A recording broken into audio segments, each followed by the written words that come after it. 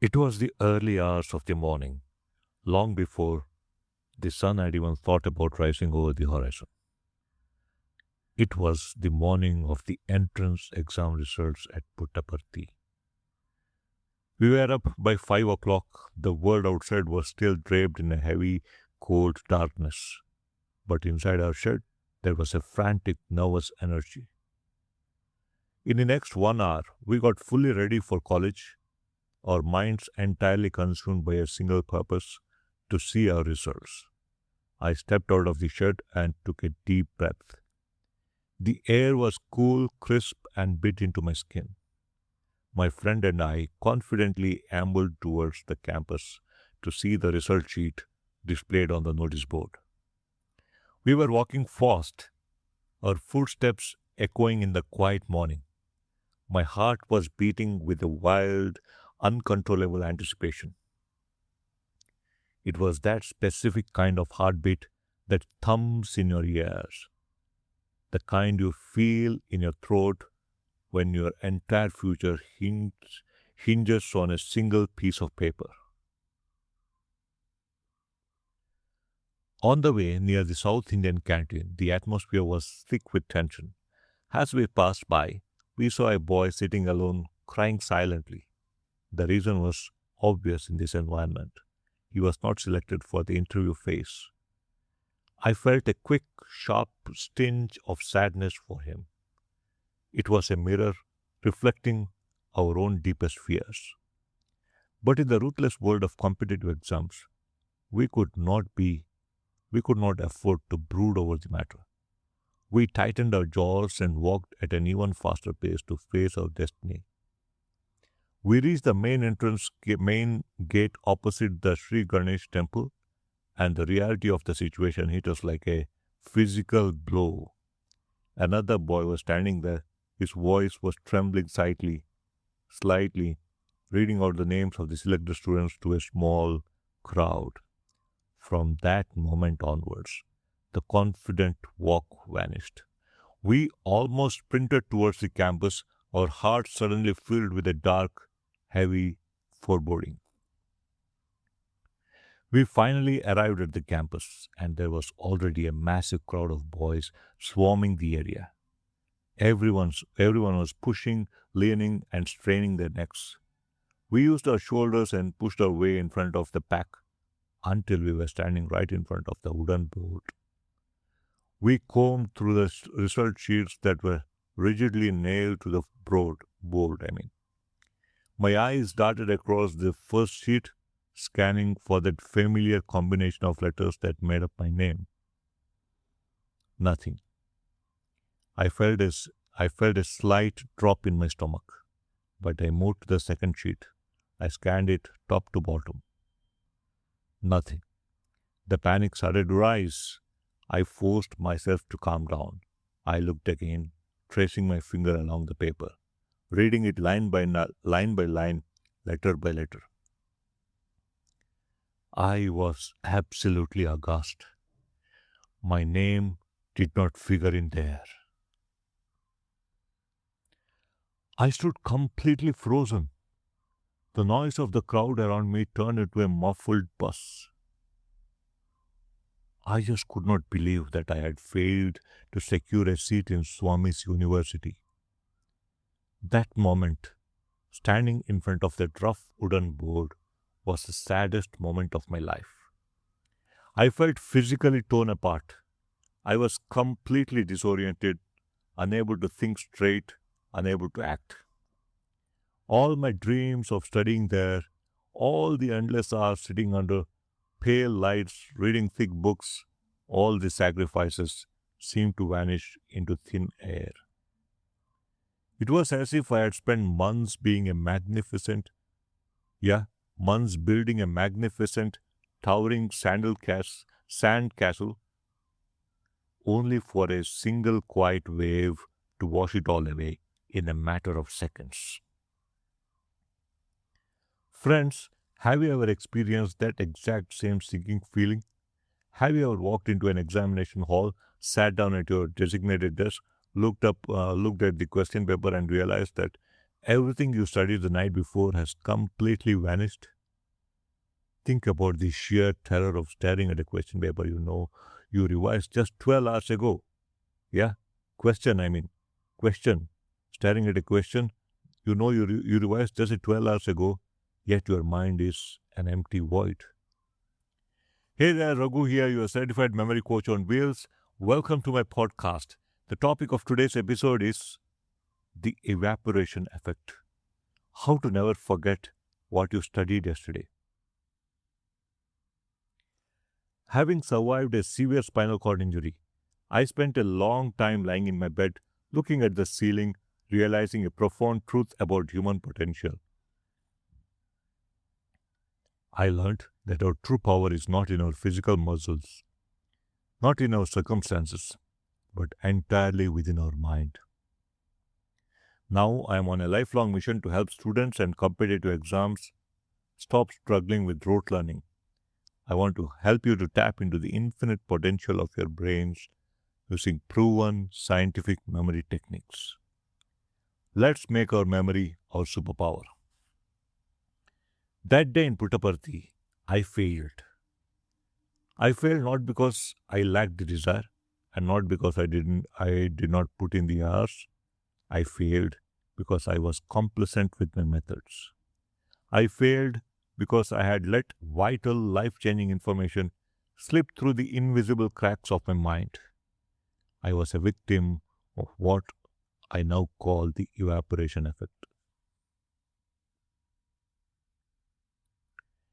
Every single day, students who are preparing for toughest competitive exams in the country send me the exact same message. You are carrying a massive burden. You have the weight of your parents' expectations on your shoulders. You see your friends moving forward in life, getting jobs, while you are locked in a room surrounded by mountains of syllabus, fighting a lonely war. You tell me, sir, I sit at my desk for 8, sometime 10 hours a day. I read the entire chapter from start to finish. I take out my bright highlighters and mark all the important lines. I close my books at midnight and go to sleep feeling confident.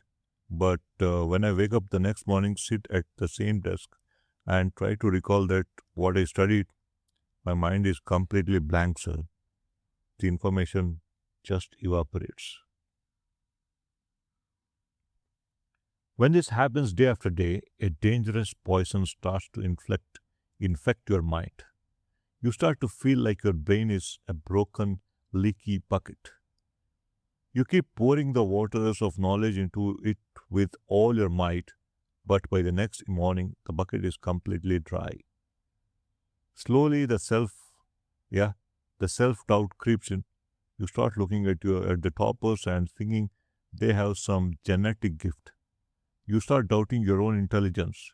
You look at the mirror and start believing the darkest lie of all, that you are simply not smart enough to pass this exam. But I am here to tell you a fundamental, liberating truth. You do not have a bad memory, my friend. Let me repeat that so it sinks in. You do not have a bad memory. You simply have an untrained memory. You are using a blunt axe to chop down a massive tree, and you are blaming your muscles for lack of progress. Your brain is a magnificent machine, and ironically, it is biologically designed to forget. Forgetting is not a flaw, it is a critical survival mechanism. Imagine if your brain actually remembered every single license plate of every car you passed on the street. What will happen? Your neural circuits would overload and crash. To protect you, your brain has a built in garbage disposal system. It aggressively deletes information that it thinks is useless to your immediate survival. When you sit in your chair and study passively, just letting your eyes glaze over the textbook pages, your brain observes this lack of engagement. It tags that historical date or mathematical formula as useless data, and while you sleep, it quietly deletes it. If you want to stop this evaporation effect and secure your rank, you have to fundamentally change the way you code information into your mind. You have to force your nervous system to tag your syllabus not as boring text, but as vital for its survival. To do this, you must master the mechanics of how the brain decides to receive, retain, and recall data. Well, today we are going to a deep dive into this exact process, a very very deep dive. I am going to give you my ultimate protocol to lock information to your long-term memory, so you never forget when you studied yesterday, what you studied yesterday. So, my friends, grab a pen and fresh sheet of paper. You will want to write this down, okay? So, the first profound shift you must make involves understanding the enemy of memory. There is a psychological concept known as the Ebbinghaus forgetting curve. Hermann Ebbinghaus, yeah, discovered that the most critical moment in your entire study cycle is not when you are sitting there reading the book for the first time. The absolute most critical moment is exactly 24 hours after you read that book. The curve proves a terrifying reality. Within 24 hours of learning something new, you will lose up to 70% of that information if you do nothing with it. Think about the pain of that. That means if you sacrifice your sleep and study relentlessly for 10 hours on a Monday, by Tuesday evening, 7 hours of that agonizing hard work has completely vanished from your brain. You know, it is like pouring your blood, sweat, and tears into earning a salary, only for a thief to steal 70% of it the very next day. How is that analogy? To stop this theft, you must implement the 24-hour hook. Imagine your memory is a small boat that you just pushed into the ocean. If you do not tie a rope to it, the currents will wash it away by morning. You must create a hook. This means you must mandate a strict, non-negotiable 15-minute review session exactly one day after you learn any new topic. Do not sit down and try to read the whole chapter again. Just look at your notes. Look at the main headings. Yeah, glance over the highlighted concepts. By simply touching the information again at the 24-hour mark, you send a massive electrical signal to your brain. You are grabbing the brain by collar and telling it, "Hey bro, I came back for this. I need this. Do not delete it, okay?" This simple hook completely flattens the forgetting curve. It catches the memory right before it falls off the cliff into oblivion. Once you have established the hook, you must address the actual method of your study. This brings us to the biggest trap in the modern education system. Millions of aspirants fail every single year because they confuse the feeling of recognition with the power of recall. When you are stressed, you tend to take the path of least resistance. You open your textbook, you read a page for the third time. As your eyes scan the familiar words, your brain releases dopamine. It says, "Ah, yes, I recognize this paragraph, I know this." So you feel safe. But recognition is entirely passive, my friend. It is an illusion. The examiner in the exam hall does not test your ability to recognize a textbook page. The exam tests your ability to generate the answer from absolute scratch on a blank sheet of paper while the clock is ticking down. Reading is like watching a fitness video of someone doing push ups and feeling like you are getting stronger.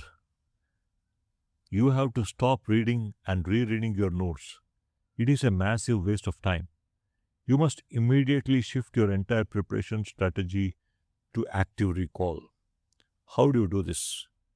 Well, it requires courage. You read one page of your material, then you immediately slam the book shut. You turn your chair away from the desk, stare at a blank wall, and you force yourself to examine, to explain what you just read out loud. Yeah, using your own words. Pretend you are teaching, yeah, pretend you are a teacher explaining this concept topic to a 5-year-old child. In the beginning, you will stumble, you will blank out entirely, and you will hate it. But listen to me carefully. That mental struggle, that painful friction in your head is the exact biological requirement, yeah, to build a permanent neural pathway. When you force your brain to pull the information out of the dark corners of your mind rather than just passively pushing it in through your eyes, you forge a memory of steel. That is the memory that will survive the night.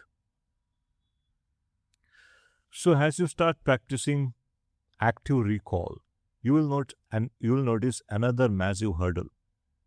Why do we constantly forget long essay type answers? Yeah, why do we constantly forget long essay type answers? Why do historical timelines or complex legal judgments evaporate so easily? It is because we try to memorize entire paragraphs word for word. Well, the human brain is notoriously terrible at memorizing massive blocks of text. Text is heavy, clunky, and incredibly boring to the nervous system. Carrying a whole paragraph in your mind is like carrying an entire, yeah, fully grown tree on your back.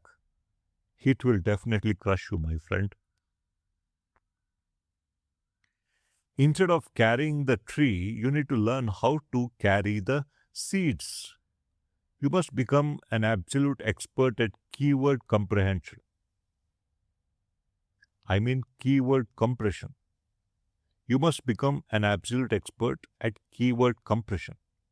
When you are faced with a massive, intimidating paragraph detailing the socio-economic causes of a historical revolution, do not try to swallow it whole.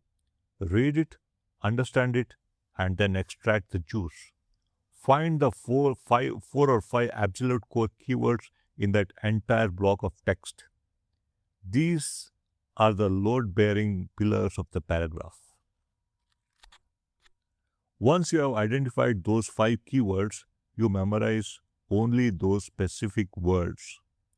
Your brain is a naturally powerful creative engine, my friend. If you give it the right trigger words, it will naturally build the grammar, construct the sentences, and fill in the context around them during the exam. So, you do not need to waste your energy memorizing the filler words. Compress a heavy 100-word paragraph into a lightweight 5-word trigger string. Yeah, remember the 5 keywords.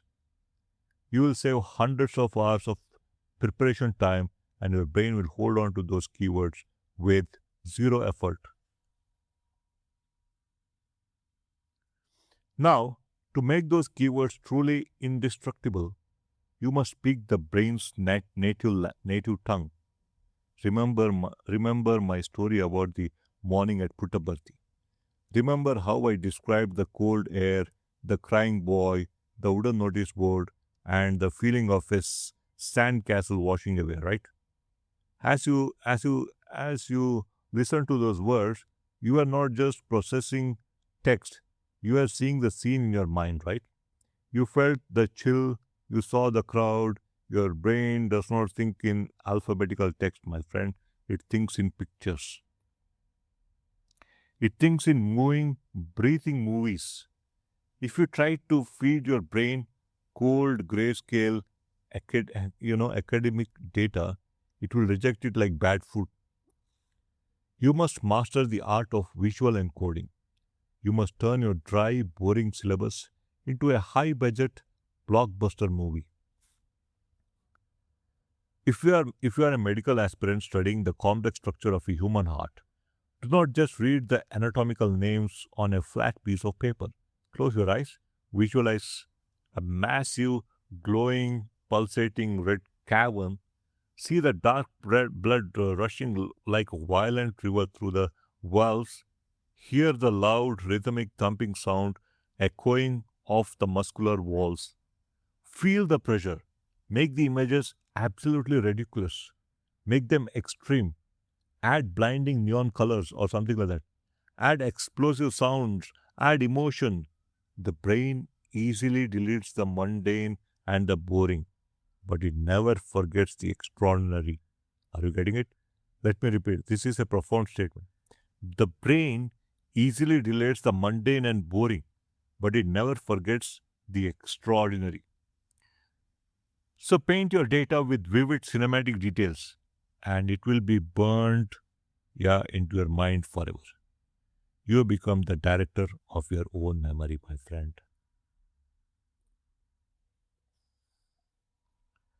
Well, we have talked about catching the memory with the 24-hour hook, compressing it and painting it. But competitive exams are not a one-day affair, right?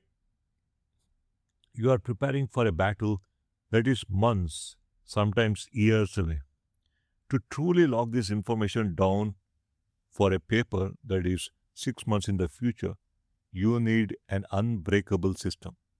You need to implement the spaced repetition mini cycle. Memory is exactly like a physical muscle.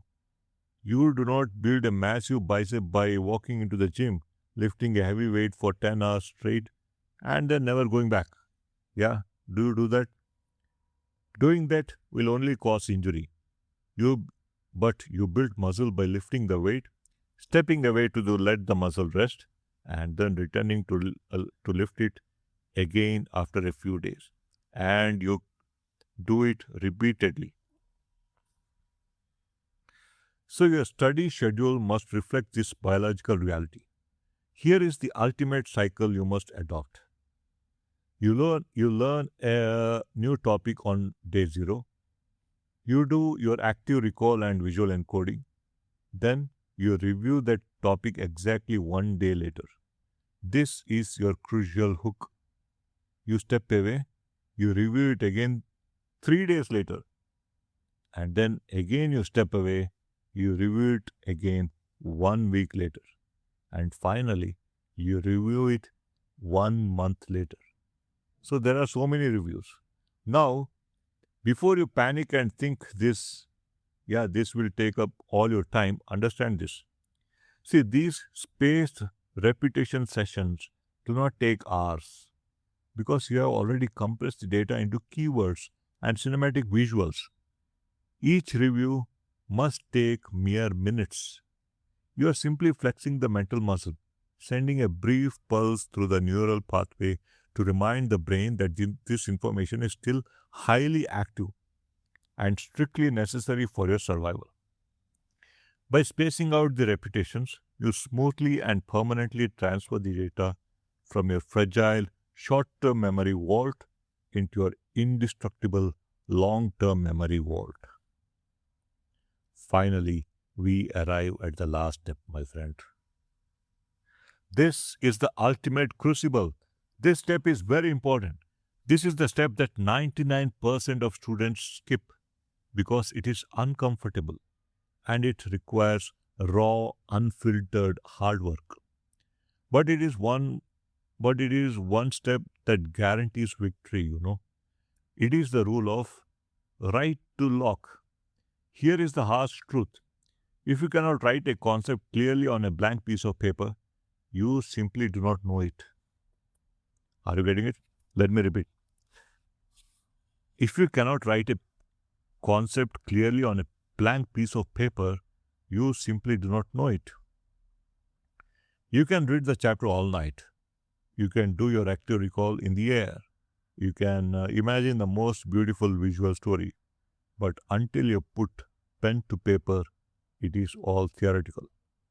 You must treat your study desk like actual examination hall. Take out a completely blank sheet of paper, hide all your textbooks, hide your notes, put your phone in another room, hide it somewhere. Now, force yourself to write down the core concepts, the complex derivations, the mathematical formulas, or the specific keywords you compressed earlier. This is your exam simulation step. When you grip the pen and begin to write, magic happens in the brain. You are simultaneously engaging your fine motor skills, your visual cortex as you watch the ink form letters, and your deep memory centers all at once. Yeah. You're physically, biologically locking the data into your central nervous system. And more importantly, the act of writing ruthlessly exposes your illusions of competence. When you speak out loud, you can gloss over the parts you forget. But the paper does not lie, my friend. If there is a gap in your memory, the blank space on the paper will stare right back at you, right? Exposing the exact weakness before the merciless examiner finds it on the final day. So find your weaknesses in the safety of your room and lock the final data down with ink. Friends, when I stood there in Puttaparthi, completely crushed, looking at that notice board and realizing I had failed, it changed my life. I realized in that moment of profound pain that wishful thinking is not enough. Hoping to remember is not a strategy. Passively reading and praying that the knowledge sticks is a guaranteed recipe for heartbreak. You have to take absolute control. You have to execute with precision. So do not let your hard work evaporate into the night. Do not let the thief of complacency steal your dreams. You have the power to stop the leak. Take complete, uncompromising control of your magnificent brain. Implement the 24-hour hook to catch the memories before they fail. Stop passively reading and start painfully, actively recalling. Compress your heavy burdens into weightless keywords. Become the director of your mind and make your studies cinematic. Build your mental muscles with spaced repetitions. Yeah, and always write to lock your destiny in ink. Keep pushing your limits, my friend. Keep painting the incredible canvas of your mind. Remember, let's make our memory our superpower. I am Raghurama Bhatt, your memory coach on wheels, and I will catch you up in the next phase of your memory mastery in the next episode. Thank you. Bye bye. Have a good day.